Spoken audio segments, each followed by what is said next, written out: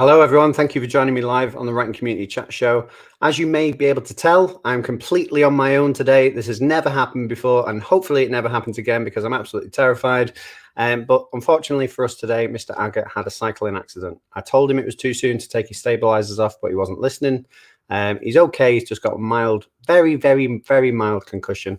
And hopefully he'll be back to join us at the end of the week. But today's show was just too exciting for concussion to get in the way. So I'm going to do it on my own, and hopefully it goes well. I'm doing the production side and the questioning side, and we have a fantastic guest for you today, and I can't wait to get her on the show. But as usual, we have a few little things to get through, a bit of housekeeping before we go into the show. So Beer Token book promotion time. So normally I'm the one that looks up in the corner, and that's my job for this, but now I actually have to do the whole thing. So today's Beer Token book promotion is by somebody that we all know and love on the writing community. And I've actually read this book and reviewed this book. So today's book is there. I'm still going to do the looking thing because I can't get out of that habit. It's The Secret of the Second Zeus by Anders Kingsley. I'm just going to put on the screen there what this book is all about, even though I've read it. But you've never read it, I don't know. So I'm going to put this on the screen now, hopefully. Oh, yeah, it's running along the bottom. And that's convenient because I can't see it now. But The Secret of the Second Zeus by Anders Kingsley has 35 ratings, and they're all 4.5 stars out of 5, obviously. And one reviewer said, this is a very well done thriller. The storyline was engaging, and I enjoyed the added Greek mythology tie-in. It's available on paperback and Kindle. And I'm going to read a little tiny section of the opening. So this is the blurb. So as you can see it there, it says, on vacation in Switzerland, Tom Rivers finds his friend brutally murdered.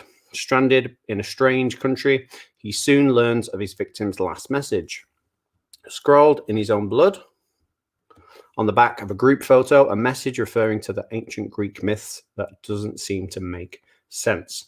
Now, I read this book quite a long time ago. I think it was early last year, maybe even the year before that. And at the time, I linked it to the Da Vinci Code because it definitely reminded me of that. It had that sort of vibe to it.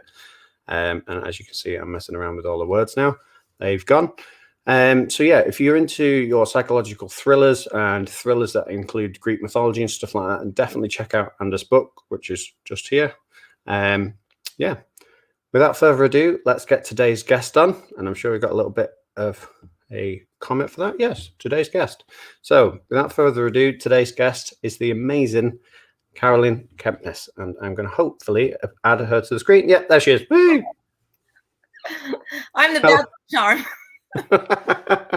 Yeah. Oh, thank you so much for coming on the show, Caroline.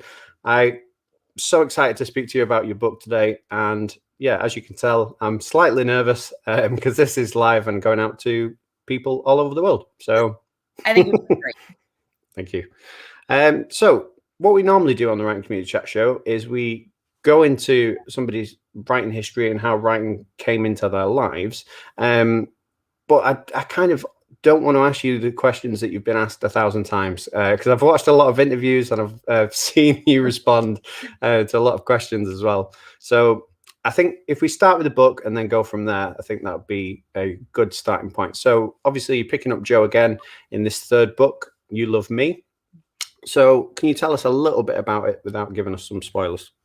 Yes, this is Joe. We left him off. He was expecting to be a dad. And in this book, he is a father, but he is not a dad. So he has gone to Bainbridge Island to start over and get the family that he deserves. And there is a librarian. And this time, Joe is the one who walks into the space of books and sees the woman who kind of runs the space. And then everything works out great. So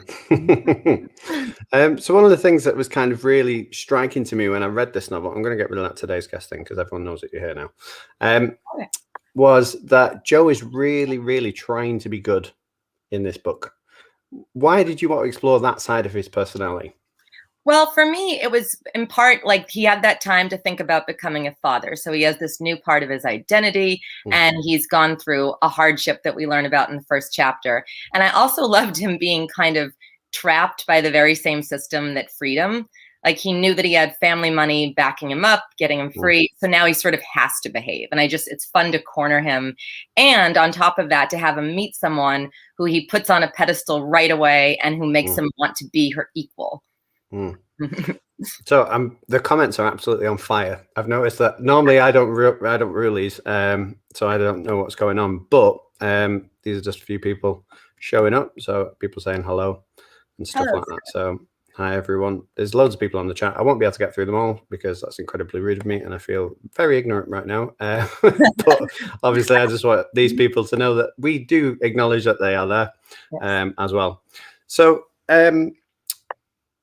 I've got loads of questions. I actually wrote the questions down, which I never normally do because I thought, do you know what? On my own, I'm not going to have time to think, and I need to make sure that I get these questions out because otherwise I will kick myself. Look at that. Yeah, definitely. Being somewhat prepared.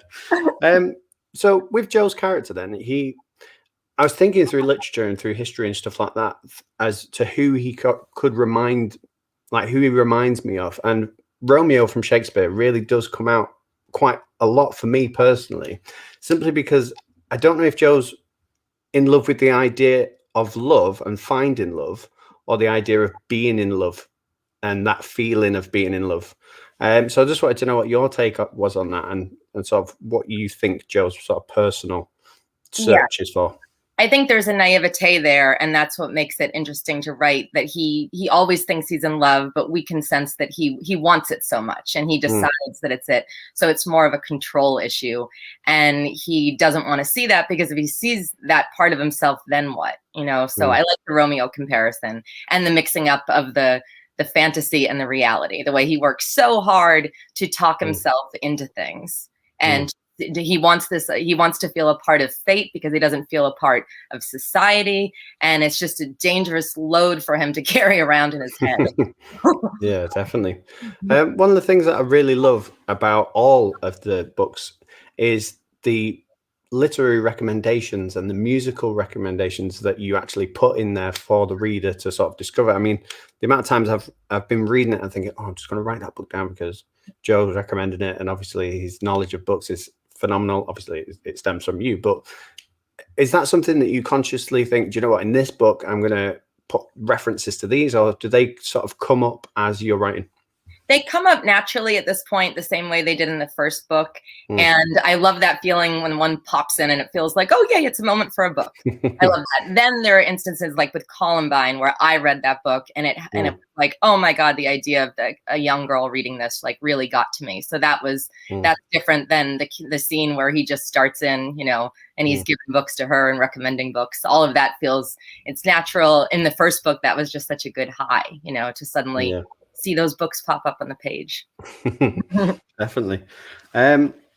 So one of the things that you kind of always explore is love and relationships, obviously, but I'm particularly interested about why you explore relationships in terms of the friends of the people that Joe falls for, because they're always really strong characters in the book that I think you kind of like, you do hate them with as much as Joe hates them, but obviously there's something a bit stronger there in terms of that exploration behind friends and female friendship, obviously in particular. So why is that something that you look to explore? Well, I love the idea that when he meets a woman, he alters the landscape of her universe, and in that way, if he never came along, these characters would go on being friends. And that really gets me going because he's toxic. He sees the toxicity between people, but like, that's life. Like, there's no such thing as a perfect friendship, the way there's no such thing as a perfect relationship. And that's why he's always disappointed and always trying to control. I see it as like an extension of his wanting this woman to have no friends if they don't all love him, but also wanting everyone to be some impossible perfect version that he would like for them to be, that again is impossible. And it's the part of him that's like, that is very maladjusted, you know, and also that it's so simple in the sense that he meets someone, he decides if that person is bad for you, I'm gonna get rid of them. Like there's some clarity in that is so like the opposite of how we're all told to kind of get along with the world and put it on us to cope with people. And for me, that's like a scary thing to write about, like to imagine. Yeah. Over and over again. Yeah, definitely. So I suppose I'm going to ask this question, but I'm not fully expecting you to answer it, because I suppose it's a bit of a strange one to throw out there. But in your opinion, does Joe deserve happiness? I like that I struggle with that question. I like when I'm in a moment when I'm getting in there, like in the deep of it and feeling like, oh, look, like this feels real. This feels like this could be the moment that changes things for him and everything could work out well for everyone. That's what gets me going. Like, why do I jump to that in spite of everything he's done? But then I feel like it's always about his perspective and the idea that love can fix all of us. And I think that question is the reason I keep writing, because I can't answer it. And it's such a good question, and it gets trickier when the body count goes up. And yeah. Yeah, definitely. So sorry about this. I've never done this before. I think we're doing great. I mean, yeah, normally I have obviously somebody else with me on the show, and he asks a question, chucks in, and I don't have to do this, and I'd love it to just flow naturally, but there's so many questions I want to get out there before I can sort of do this. So from a fan, like obviously the fan base for the U series is growing as with every book that you write. So how do you deal with that level of pressure? Because I think readers are probably coming to your books now expecting to see Joe in a certain type of way. And how much does that play on your mind when you're actually writing these books? Yeah, it changes with every book, because in that first one, I really I thought of it as trying to pull off a magic trick. Like, you're reading it, you don't know that he's killed before. Sorry, spoiler alert. Now it's a different situation where more and more people like go in, and the way that his name is kind of recognized by a lot of people makes me kind of have to crack my knuckles and get back in there. Like, okay, like how do I make this story exciting when there isn't that reveal? We've got to reveal something else, about him. And yeah, it's like it's not like I sat there in 2013 with a whiteboard and like a plan for the future. Yeah. It's good the way each one feeds me and like makes me want to do another.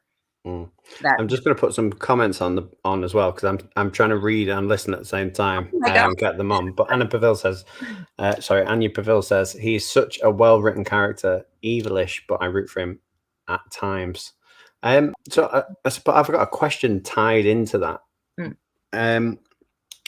Obviously, Joe is so appealing to women in general, but he's also a psychopath and a serial killer.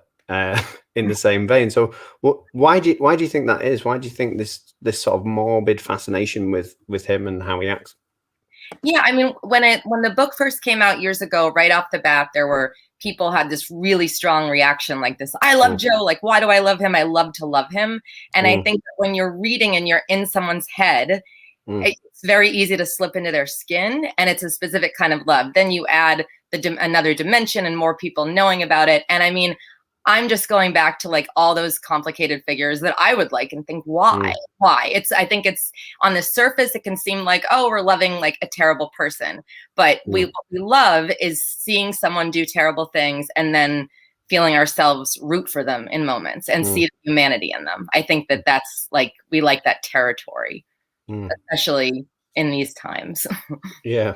So I saw in a previous interview that when you were 16 you got to go to, I think it's a college or a university obviously in America, and study is it psychopaths in particular for 2 weeks? I think it was 4 or 6 weeks, and I had a great high school guidance counselor who gave me the triarchic theory of intelligence test by this Dr. Robert Sternberg. It was also sciencey, and they invited me to go there, and it was really intense of studying case files and all kinds of awful, the dark side of human behavior.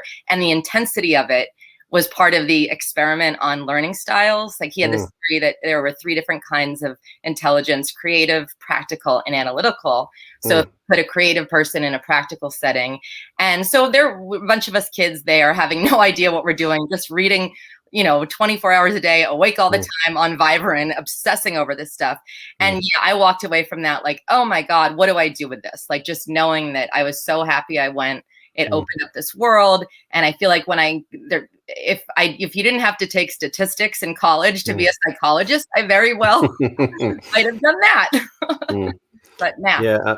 Mm. I'm just going to put another comment on before I ask my next question that's linked to that. So it says, I love this series so much. This is Chelsea C. It amazes me. I couldn't believe after the first book that I was rooting for him to get the girl, all the crazy stuff he does, and I still wanted him to get the girl. Yeah, okay, that's a good comment, Chelsea, because that reminds me of when one of your friends has a problem with someone and they're bitching about them, and you're like, if I agree and they get back together, I have to scrap everything that I said and be like, you guys belong together. So I feel like in a way, it puts us in that position in a fictional way, in a comfortable way, that we wonder why, like, love, like, why that's the ultimate happy ending, no matter what someone did. So you're talking before, obviously, about studying a little bit and looking into the psychology behind like human behavior. And obviously I made a Romeo comparison before with Joe, but I'm going to make another comparison that's not so kind. But with Ted Bundy, and obviously him being so charismatic and so charming and being able to carry himself in a certain way and present a certain type of persona to people. So I suppose my question linked to this is, has anyone from real life inspired Joe a little bit in that manner? So like a case study? Yeah, I mean, in much subtler ways, when I've thought that I knew someone and I felt some instinct in me and doubted myself, and then later down the road found out that I was kind of right. And the way that I think especially we women, like, we sometimes think we're being alarmist. And I've heard that from a lot of women too, that like you get involved with someone and then you think it's you, and it turns out that it is them. So fortunately, it's no one specific, but it's kind of that moment that happens in everyone's life when you have a feeling about someone and you bury it and you look inward instead of looking outward. And that's why his radar is so good for people who are examining him. So I also read somewhere that your dad had a wickedly dark sense of humor. How much do you go to the type of thing that he would have said when writing Joe, and obviously other characters sometimes when they say, you know, the darkly comical sort of stuff? Oh, so often. Like, this all came from me wanting to have a laugh and kind of get back to life in a large way. Like, he was gone, and I think in that death way, the selfish part of it is that it's not until someone's really dead that you realize, oh, they're not going to call again. And you can listen to a voicemail, but it's not the same as that thing of someone reaching out to you that you don't know the world without that. So I wanted to make up an imaginary friend who would say the same kinds of things, but obviously, of course, be also nothing like my dad. I've always like loved the way that humor makes you just relax. And immediately, like, it's to me, it's wonderful, but it's also dangerous, because if someone makes you laugh, you just like them a little bit more. And that's great, but it's terrifying. Yeah, definitely. I suppose one of the questions I've got is, obviously the word "you" is hugely significant in terms of the title of the book, but also how it's used in all of the books. So what made you use that style? Because it's something that I personally have never seen before, really. I know Dennis Lehane did a couple of novels where he used you in this sort of similar manner, in terms of puts the reader directly into the story and almost addresses them directly. So why did you decide to write it in that manner? It felt so risky, and it felt like I liked being on the edge of that cliff. Like, this could be so annoying and be awful, because I'd written a couple of short stories like that. And I had extreme reactions from my, group of writer friends that would like that or hate it. I loved the reaction that people have to it. So I liked that challenge. And also because I liked the idea that sometimes it's you, like you're relating to him. Sometimes it flips around and you feel like you're the object and he's looking right at you and calling you out. And I like being mixed up that way. I like the fun of that word. It's so specific, but it's also so general. And but mostly, just like, could I do it? Like, yeah, definitely so powerful. One thing that I want to touch on just a little bit is, when you first released it was coming up to your 20-year high school reunion. So going back to your high school reunion, everything. I know I've done a little bit of homework, but obviously you went back to your high school reunion. What is that like? Because obviously a lot of us dream of like, do you know what? I'm going to go back to my high school reunion. I'm going to be a published author, and it's going to be a great success. How is it different for you going back into that sort of setting with those people that you knew in such a younger age, to then going back and being the successful novelist. Like, what was that reaction like? And can you tell us a little bit about that? Yeah, it was exciting. I remember at a reunion, like they did a raffle, and I remember seeing a picture of my book that was being given away. And that's amazing. And that's a great feeling. And reunions, I've always loved. Like, I'm just kind of a reunion whore. I grew up like dreaming about them, and they've changed so much because of all this. I remember, like, especially my college reunion, that before cell phones, when it was like, it was a reunion, and you get, no, it was graduation, but we have this dance and you get lost and lose people, and then you find them. And that's just how life was. So on the one hand, it's really exciting, but I'm like, it's not the thing of like sweeping in and announcing to everyone, look, because it's been out, like everyone's been so great and supportive. So we don't get those giant moments, but in a way it's nicer, to like, because we don't have the pressure of them or the silly expectations, but it's not like Romeo and Michelle. Yeah. So just everyone watching, I'm just going to say, in the second half of the show, like we normally do, we're going to take questions from the writing community, but that will probably be in about 8 minutes time-ish, because we've got some staple questions and a few more. Then we'll take questions directly from the audience as well. So save those questions. If you're asking them now, I can't see them because obviously I'm trying to have a conversation. So I'll ask them very specifically later. Yeah, definitely. So another thing that I want to go back to, and I'm just going to mention this comment because people laughed, and it is quite so it says, all right, Joe, or should I say Chris? Because obviously I have done a bit of research, because I didn't want you to come on the show and just get asked the same sort of questions that you've been asked hundreds of times, because I should imagine that's quite irritating. So I suppose my next question is, you've talked about being a people watcher and how much you enjoy watching people and just observing. So what's the craziest thing that you've ever observed? Oh, a breakup at a Coffee Bean. Where it was like a gift from the universe. They just sat down. He got there first. I thought he was just some guy gonna write. And he called a friend and was like nervous. And I thought, oh, maybe it's a job interview. And then she got there, and it was like 3 hours. And it was sad and fun, like all of it pouring out, and I couldn't leave. And I mean, I don't know. That was just one of those like right place, right times thing. Yeah, amazing. I felt 3 hours of free entertainment from the public. I love it. Yes. So you obviously started your writing career when you were a journalist, and you worked at Tiger Beat first, and then you're a bit of a gossip reporter. And obviously part of my question is, how much did that influence your writing of you, and that aspect of, the gossip and all that sort of how people talk. But I've also got a slight question before that, which is, what was the worst job that you ever given as a reporter to go and report on? Oh God. I think I'm blushing. The intentions behind it were funny. It was a different time, but I would go to parties and ask people about their sex lives. Like a very direct, personal question that you probably, you would ask a close friend. And it was just on the list. It was part of the job. It was that moment. I wasn't the only one doing it, but most everyone was. Once in a while, someone would like look at you like, what is wrong with you? And then they'd kind of remember what this is and refuse to answer. And I'm like, yep, all I had to do was ask. And you get to say no. And now we both get to forget this ever happened.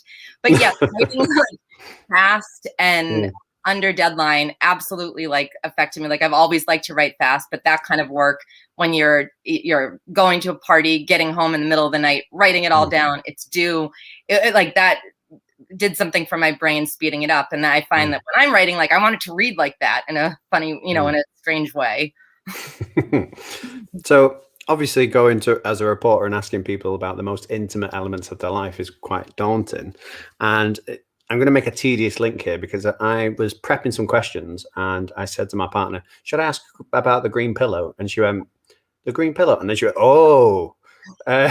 So I suppose a question there is, why did you choose to write about that subject in particular? And what was going through your mind when you did write? It was one of those things, like the pillow was just there. I wanted her to be completely alone, being herself, with no idea that anyone is looking, and the way that like things don't make sense to other people. So it's the part of her that's that's not performing. Like on the one hand, yes, the curtains are open, but also like this, who she is. And I have no idea why like it just is one of those things that plopped out. We had a green velour couch when I was growing up, but I mean, it wasn't but I like that about writing, when you come on something and it's weird and it's a little embarrassing, and then it's weird when it's what people notice, you know, because I remember like showing friends the pages and thinking maybe no one will just bring that. Maybe it's like, they'll just like move on, you know, and nope. So I'm just checking that I've asked all my questions before we go on. All right, so we've got the staple questions that I need to ask. Knowing the ending is something that you've talked about. Is really important in your writing style. But have you ever had an issue when you know the ending, you kind of know what you want to do to get there, but you're stuck? And if you have had those sort of moments, what was the most difficult one, and how did you get over it? Wow. The most difficult one. That's tough. I'm like, that's like most days, right? Yes.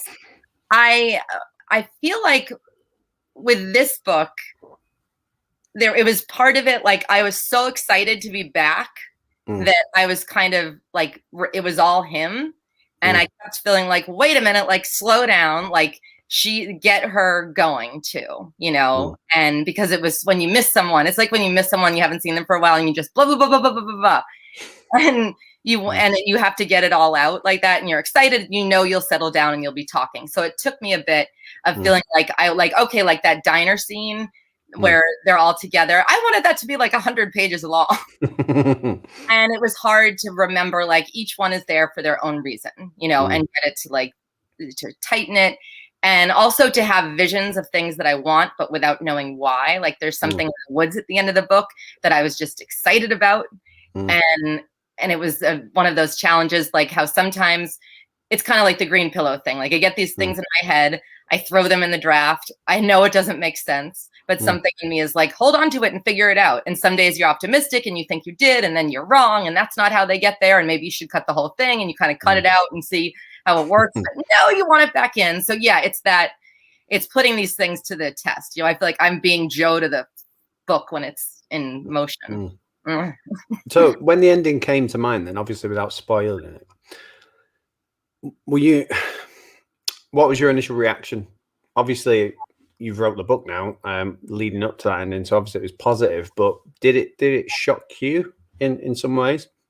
Yeah, I mean, for me, it's about the solitude that it always comes back to with him. That it's to me what ties all the books together, that like without giving things away, there are people who just get in with people and they stay in, and he's someone who just keeps winding up alone, and yet he likes that. He likes to chase and stalk and obsess. Even like that was part of like when he's into stalking the baby, his own child, in some sick way. This is ideal for him. And it's very sad and makes me like sad about it. Like, why does it want to be like this? Why do I want it to be like this? But it just feels like, well, that's what it is. Like, that's part of the point of it, or part of what keeps pulling it all together and moving it on. And okay. Just having a little look. Sorry about this. Oh yes, no. Doing it all over there. Right. I'm going to go on to a few staple questions, I think. Oh, no, I've got one more non-staple question. So Mr. Ed O'Toole was a big influence in you, one of your teachers. He really encouraged your writing. So if you could go back, or if you could give advice to a student that was like yourself, taking Mr. Ed O'Toole's shoes, what advice would you give to that student? Oh, wow. I think, well, I had Mr. Ed O'Toole and I had Mr. McCarlin, and two just wonderful teachers in high school. McCarlin, who's retiring this year. Sad, but I'm happy for him. But I would say that, like, if you can find someone, if you're lucky and it happens to be a teacher that you have, great. And if you don't find that relationship and you don't feel that, like, there are other ways, especially in these times, to find that person, maybe online through a writing community, a workshop. But I just think it helps so much to to know that you need someone to believe in you. And I think, and again, I just feel very lucky that I had these teachers that were so supportive. But I look back like and think, yeah. And if I didn't have them, but I heard other people raving about them, which I always did, I would have like marched down the hall and knocked on the door and said, hey, you know. So yeah, I feel like that was just something I've done back then too. Like I cold called a magazine when I was in high school, and this woman answered, Linda Friedman, another mentor. And at the time, I'm a kid on Cape Cod, like nothing. And she picks up and I'm like, I want to know how to be a journalist. And Linda actually talks to me and like helps me. And we're still friends to this day. And I go back to that where I'm like, it's just so good to acknowledge what you want and try and get it and find it in someone. It's the good kind of, not stalking, but outreach. So moving on to a few of the staple questions then. These normally throw people off a little bit, and the reaction is normally quite funny.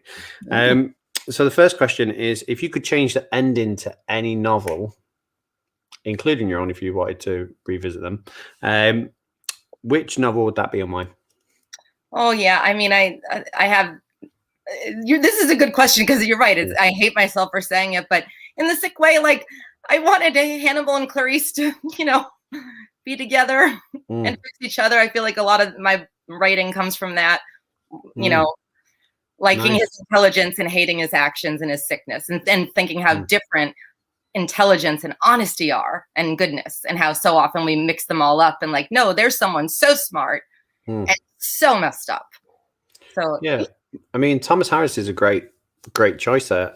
And I suppose I'm going to link to, I've got a question from our host who should be here, but he's got a concussion, but he's well enough to type a question. So I'm going to ask it because it kind of links in.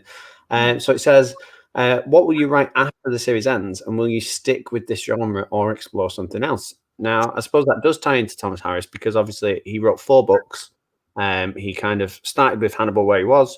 Then he did the 3, and then it obviously went back as well to Hannibal's childhood. And then he kind of wrote nothing else for a long time, and then kind of ventured into something a little bit different. So I suppose if we go back to Chris's question, is that something that you would possibly do? Yeah, I think I feel so immersed in this right now. And I feel like in life, I always get into trouble when I think big about the future.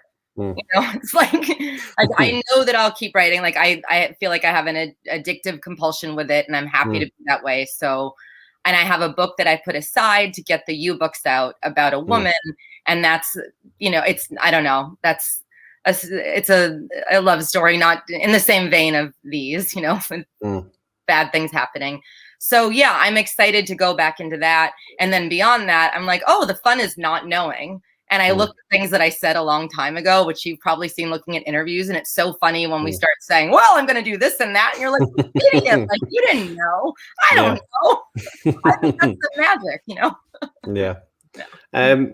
The second staple question that we have is, if you could take somebody else's character and make them your own, write a story with them, put them in a story, write a whole novel. It's entirely up to you what you want to do with them. Which character would you pick and why?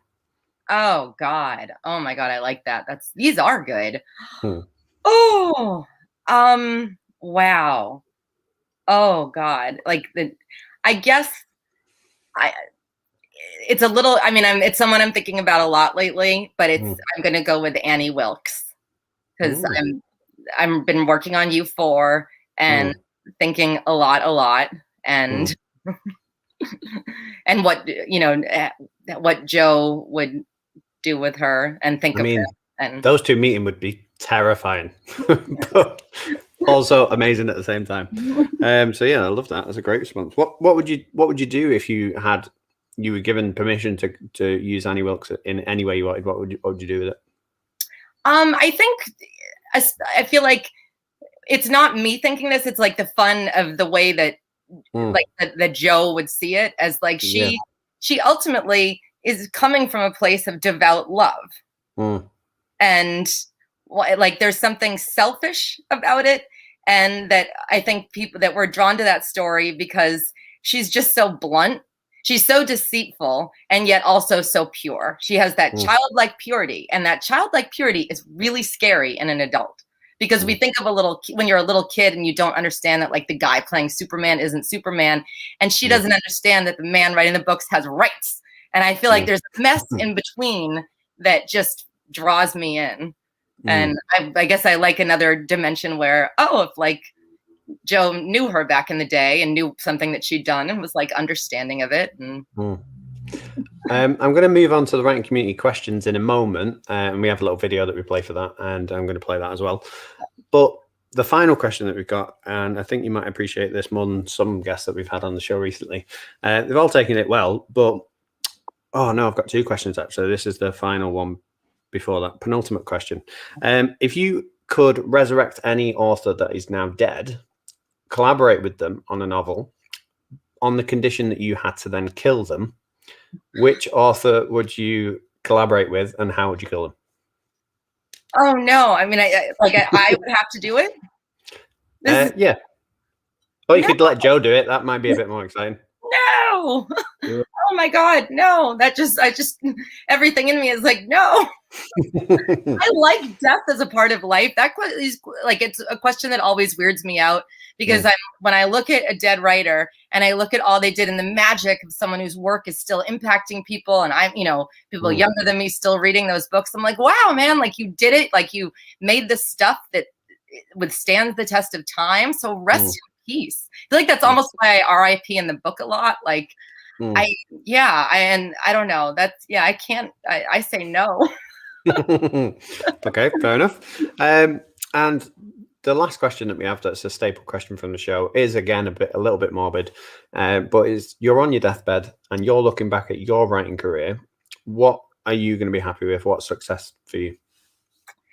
So it's every day, like knowing that people are reading and moved and entertained and horrified and all of that. Like, I just feel like it's that, to me, the dream of like, you put it on the page, someone out in the world is picking it up on the simplest level. Like I just think of being younger and like writing short stories and being so excited the day they went out and like 5 friends reading them. And then to see this expand and think of people wanting to write because of my writing too. That's the main thing. Real. Okay, so we're going to go on to something now. We've got 2 little sections now before the show finishes. One is the writing community question time, and the other is a new family member. And I think Joe he probably wouldn't appreciate this, but he would understand the workings behind it. So what we do is we pick someone from the writing community that has a small following, and we send them a GIF. And that GIF can be anything that the guest chooses. So we've had people send out cats. We've had people send out pictures of like frogs. Living cats. Like what? Sorry. Living cats. No, not like an actual GIF. A GIF. Or GIF. Okay. I'm like, yeah. No, we just cats in the mail. Like what? Yeah, no, we're not that morbid. We literally we send them just an animated GIF. Am I saying that wrong? Do you say that different? No, I say it too. Yeah. Right. Okay. Brilliant. So we have a little video for this. It's only like 30 seconds or whatever. But I'm going to play it because I always moan at Chris Agate for not playing it. Yeah. So let me find it. And it's here.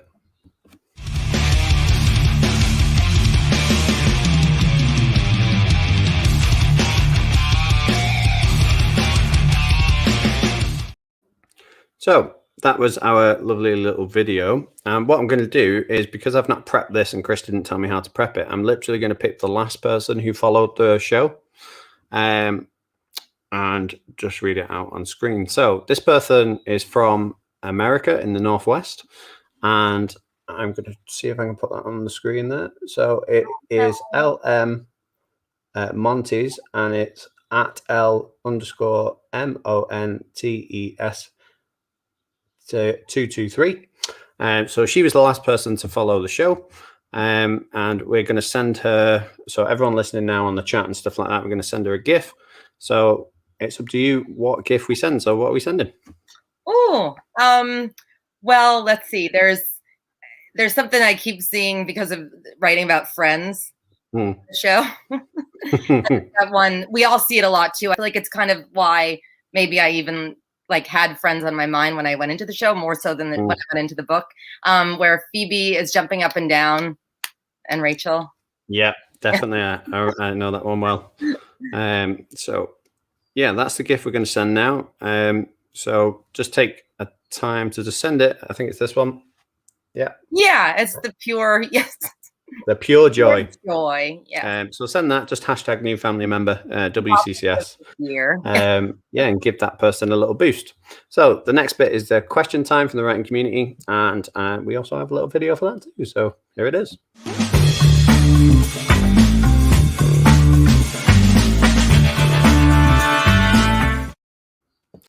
Okay, so questions. The first one here is from Jody Cook, and it says, if you could abolish a writing trope, which one would it be and why? None of them, because I like to see what people do. I believe in the experiment of writing, and I do hate rules like that. And the idea of eliminating anything, just, no. It's kind of like bringing someone back from the dead to kill them. Yeah, definitely. Okay, next question is from Connor Reddin, and this says, what stage of writing is the hardest for you? Is it the first draft, the research, or the editing? Oh God, Connor. Yeah, first draft, absolutely, because I'm that idiot. I think this is it, and I get swept away. And I tell myself in the back of my head, you're just building the foundation, but I get swept away. And then I finish it and I'm like, no, that's not it. Like, I know that it had to happen, but rewriting to me is my favorite, when you're doing surgery and you know where you are and you get to make everything that you made better. Like, that to me is the gold. And that's why you got to get through that first draft. But oh man, that first draft is right. Like, where everything that you're excited about, probably isn't any good, Okay, the next one is from Halo Scott, and it says, I love how Joe can justify all his crimes. Do you find it difficult to formulate these justifications? Oh, Halo, I kind of wish, but that's part of the fun for me. It's so fun to me to jump into his head and think of how he can take any situation and feel good about it. Because I feel like someone once said to me that, like, oh, he's great because he's his own best friend and he roots for himself. And I'm like, yeah, like, he's a little too good at that. And I tend to be someone who will, like, beat myself up a little more. And that's kind of the thrill of writing this, where he's always seeing what everyone else does. And wow, to be like that, even for 20 minutes, like, can you imagine? Yeah. Next question is from, by the way, guys, if you've got questions, obviously, so I know some people sent them in at the start of the show. I may not have seen them and I cannot scroll back through them. So if you've got them and I've not asked them already, please send them again, because they'll pop up in the recent comments and I'll be able to see them. So the next one is from Linda Rayner, and it says, when writing a morally ambiguous character, how do you suggest writing them to get the readers sympathetic / connecting with them? Wow, I like that. I think about that a lot, Linda. And for me, it's, letting them have those good qualities, like, and letting them, Joe will always say that he didn't lock up this person just to kill them. There's no spontaneous violence, the way he would put it. And when he gets someone in that cage, it's not an immediate slaughter. He thinks of himself as a therapist and he's trying to help this person. And I feel like that motivation will get you everywhere, because it shows that someone is going about it in the most horrible, illegal, monstrous way, but there is an element of humanity in there, where he is thinking, if you could just be alone with yourself and forced to, like, see the truth about things you don't like and that you do like about yourself in the space, then you would be better off. The woman I love would be better off. I would be better off. We'd all be better off. But of course, no. So yeah, separate like the action from the intention, and also let them be sad. Like it. Next question is from Chelsea, and it says, why Joe? Clearly choosing to tell it from his point of view was a brilliant choice, but why him? What made you go with his perspective? Absolutely, because it's a survival story. It goes back to, like, being in mourning for my dad and the finality of death. And in that way, like, that's all I could think about. It was my drive to get to that ending, knowing that, like, survival is often something that happens for the people who don't necessarily deserve it, and it was like finding the ways in which he does and doesn't. But I thought, this is someone who will do anything for love, anything to survive. And so he survives. And what is good about that? What is bad about that? Okay, the next question is from N. Sullivan, and it says, what do you think the biggest problem within the writing community? Well, I think that right now, like, I don't know about all of you, but like, I feel like we're all at our weirdest right now. It's just been a long time of stress. And I feel like I know sometimes things I say don't come out right. And I feel like we're all on pins and needles and a little sensitive. So maybe there's a lot of miscommunication right now. And I think that that's a problem in general too. So I would say, like, yeah, I think we all need to give each other a little bit of break there. Do you have your own sort of like writing group and writing community that maybe started out when you wrote your first few stories or first sort of bits of creative writing, and are they still around now? Do you still use them? I have friends that I've known since, forever who write. And then I have friends I've made since publishing, because I feel like that's something I didn't expect from books, to suddenly like, oh my God, like being into this and entering this wonderful world and making new friends. So I like those one-on-one conversations a lot. Those are great for me, Got another question from Anya, and it says, which of Joe's victims did you enjoy killing off the most? Oh, Anya, God. Every single one in a sick way. It's like if you had a bunch of children, right? And you love them all each way. But not most recently. I don't want to give away anything to the third book. So I'm going to go with Henderson. That was just the way it was drawn out. It was like his phone, his bed, his headphones. Like, it was, every detail of that was very exciting to get into.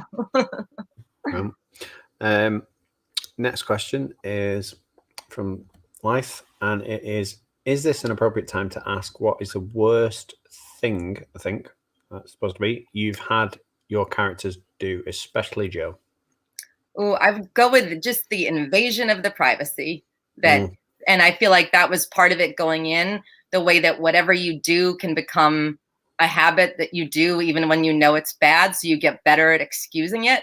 So for me, like that's where it's fascinating to me when people grab onto things like this mean thing that he did. I'm like, he fucking kills people, but like, he's got us so nodding along with that we're looking at other things. So for me, like, it's this, he steals phones and he looks at people's media and he examines and he breaks into places. He has no respect for boundaries and privacy.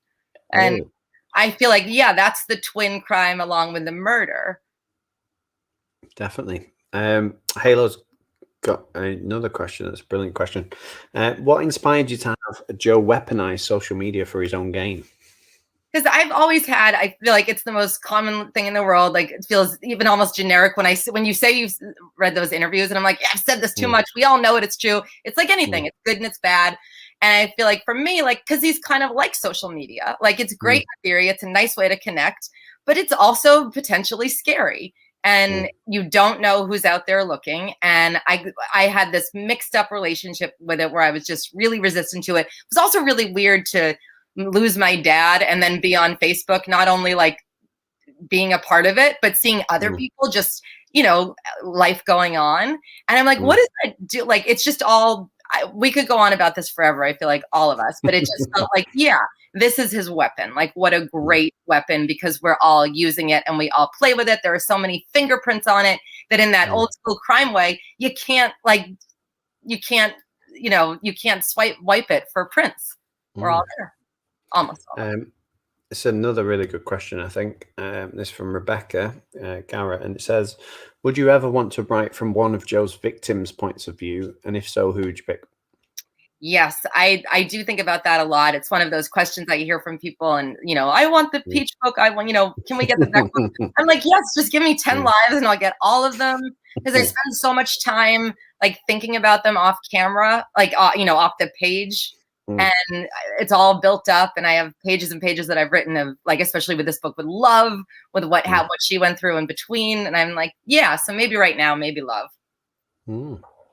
Okay, we have some daft questions. And Agate, we've not asked these for ages, but he's put them in the chat, so he wants me to ask it. Pineapple on pizza, yes or no? Not for me, but you can put whatever you want on your pizza. What about you? No, I'm firm no pineapple on pizza. Chris Agate is the other host, and he is a firm yes of pineapple on pizza. So, Yeah, that's a horrid question, Chris, that we should abolish and get rid of straight away. So some of the other daft questions that we've got, I suppose, is one of them is, these are all sort of Chris versus Chris questions, and we'll kind of do it anyway. I like it. I'm going to ask Prince versus Michael Jackson. Which one would you pick? Impossible, but impossible. Both. I'm going to brat out. I just, yeah. I feel like I'm bratting out a lot. Like, but I'm like, that's the part of me that is, yeah. Oh, this one's a really good random one as well. We've never had this sort of thing before.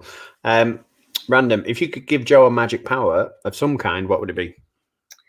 I guess invisibility, because I feel like that's what he's craving. You know, he wants to be completely, to see you completely, and for you to not see him at all. So that would take things to the next level. So what about you then? What make it too easy? Yeah. What about you then? What magic power would you like? Oh, time travel. Oh, great one. Would you go anywhere in particular, or? I would go, like, I guess where I live, I would go to like 1973 just to see, and then I'd go to 1950, and then I go to 1930. Like, I just go back and back. You know. I grew up, you know, with Back to the Future, and you know. Oh yeah, definitely. Star Wars or Star Trek? Wars. This is another one then linked to Star Wars, and this does divide us quite a few times. Who's the better villain, Darth Maul or Kylo Ren? I gotta go with Darth. Yes. Yes. That's the second time you've agreed with me. So I would be winning this bracket. Chris got hit by a bike. Yeah. I'm like, yeah. He fell off his bike and lost in this element. Yeah. So this is a random one. We've never had this before. I don't even know what I would pick. But Marvel, DC, or Capcom? Any preference? Hallmark Channel? That's an area I'm not so good with. Yeah, let's get rid of that one. Some people say, another question here. Since Joe is such a chameleon, how do you differentiate his stage personalities according to the social setting? I feel like it's another question that we came up with before, like that we addressed before, about how to make someone interesting or sympathetic. I like that he sees a problem and he tackles it, and he's very good at reading people. That's an exciting part of the writing, to think, okay, like when a lot of us get overwhelmed and go to a friend, and you know when you're just venting. And I think this is part of where Joe doesn't have those close friendships. He has no one to unload on. Like, it's the way in that first book, he's talking to typewriters. So he's very good in that sense of making plans and addressing his problems instead of going out and whining for hours like I can sometimes do. So other random questions then. If you could only watch one film and all the other films had disappeared, which film would you pick? Raising Arizona. It's funny how that, like, all those questions, I'm like, that's an easy one. I feel every single day I think of a line from that movie, you know, or it's like one gets in my head. Nice. If you had to pick a song that was the song of your life, what song would you pick? I guess Nothing Compares to You. I think that song, like, is what helped me to write my first book, the loving it my whole life, that feeling. I associate it with like such highs and lows. As being just beautiful and sad, but beautiful, but sad. Yeah.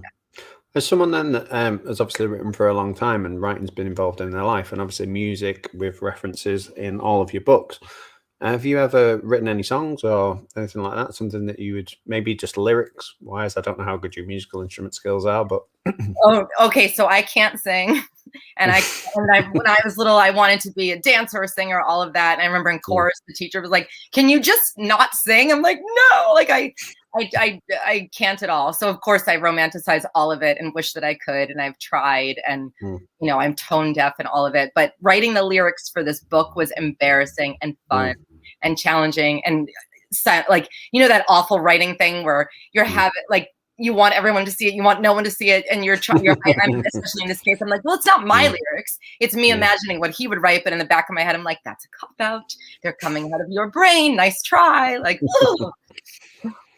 love it. So if you could be anybody else for a day, then just see what it's like, who would that be and why? Oh, wow. I think I would probably be a psychologist in a prison talking to Nice. people. Like I have a friend who's worked in that kind of situation and she wrote a great book about it. And that kind of experience fascinates me because it's the opposite of what I have every day sitting Mm. alone here, especially and feeling kind of helpless sometimes, especially in a year like this, you know. Mm. How has this year like impacted you in like obviously professionally and then in your personal life as well in terms of has it been really restrictive and then has that affected your creative process as well or So restrictive. I mean, I never needed more alone time. Mm, And now to have so much and have to like kind of learn to be my own boss in a whole new way. And I became mm, a morning writer. Like I went through that period of like we all went through over and over, like, I can't do anything. Look at the fucking world. And then it was like, okay, this isn't working. And I'm getting mm, tired at night and I'm waking up early. So I just brought the computer in the bedroom, like wake up and go in when I can. mm. And yes, and go back to kind of forcing myself to do it. Hmm. I like this question because it kind of links to a question that we used to ask about being on death row. If somebody had to read one of your books and they only had time to read one, which one would you choose? And it kind of does link into Halo's question that she's asked, which is if you had to choose one book to be your legacy, which one would you pick? Killing me, Halo. This is Sophie's choice. Um, oh no, my babies. I guess it's like the last one of the first one, but then I'm like Providence because it's, you know, whoever this, okay, I'll go Providence because it's the one I feel like, oh, I don't know. Because I can't choose between the U books. So I'll go Providence. Brilliant. Love it. So we're on death row, so we might as well stay there for a little bit. What's your what would be your last meal if you got to pick A cheeseburger and fries from anywhere in particular? Or from the Corner Bistro in New York, but the years ago, like I haven't been in so long that I would need that time machine. So this is bringing all those questions together. We need the time machine. I need the ability so I could go in and get it without. Yeah. So obviously, when you've been writing as well, you've written about places that you've been to and that you know. Is there anywhere maybe in the sort of larger world, maybe Europe and stuff like that you may have been to that you'd be interested in writing about? Oh my God. Yeah. Last year or in 2019, I went to Stirling Mm, and I loved it there in Scotland for a mm, festival that was just absolute magic from getting off the train and being in this tiny little town with all these crime writers. It was like the best, and the castle. And I'd never been to Scotland. I mean, all of it. So yeah, it was immediately like, oh, I could rationalize coming back here and just, you know, because it was only there for a couple of days. So mm. yes. Brilliant. So we've only got a couple of minutes left before the end of the show. It sounds like a daft question, but where can people find your work? Is it out all over the world at some people have different dates all over the globe. Obviously this isn't going to be on YouTube everywhere, so somebody might not be able to get it yet if it's not out in a certain country. Right. But yeah, if you could just tell us all those good things. Obviously any other additional information, so like your website, your Twitter handle, your Instagram, all those good things. Yes. Well, I'm Caroline Kepnes in all the places. And wherever you are, I wish that I could control when the books come out. I wish that they were all out everywhere. Like that would be my dream. I'm a real, like, I like inclusion, and I always feel bad when someone's like, I can't find it here. I can't find it here. I hate that. I wish I could control that. But I think it's a great big internet out there to find a way, like, to get them somehow when you can, whether through the library or through eBay or wherever you can find them, like in these times. I appreciate anyone wanting to read them. So yes. I do have one question that I forgot to ask before. Obviously, when you started writing this book and you named your character Joe Goldberg, did you ever anticipate how many Joel Goldberg's lives you would change as a result of writing this character? And have you met any of them like in real life? There's a Joe Goldberg on Twitter, and I'm friends with him on Facebook, who's a writer. And like, I don't know him, in real life, but he seems like the nicest guy, and he's always really funny about it. And he I feel like early on, he wrote to me like, I'm Joe Goldberg. And it's a wild dream come true because I chose that name just kind of plopped out. It felt like it's common enough. It's, you know, and then with his mixed background, I liked the Goldberg of it dominating, like just a lot of and then stupid things like Joe, you know, it's just so out there. So no, I mean, you don't know if anyone's gonna, you don't know if your mom's gonna finish reading your book, you know, like, so I love that. To all the Joes. I should imagine that a lot of them have embraced it and definitely taken on board that element. But yeah, I love the fact you've actually met one and friends with them on Facebook. That's brilliant. So there's only one little thing that we do now, and we wave goodbye, and then a thing comes up. So I'm going to put that on, and then I'll end the broadcast, the live show, and then if you stick around, we'll say our goodbyes separately as well. So let me find that little goodbye subscribe thing, and then when I find it, we can wave and say our goodbyes. But thank you so much, everyone, for joining us today on the show. It's been absolutely fantastic to have you all. Yeah, and then I've found it now, so I'm going to do a spontaneous wave and click. So we'll wave. Thanks, guys. Thank you for being on the show. And yeah. Oh. That comes up, and they can still hear us because they haven't clicked it off yet. But oh, good. Let me do this.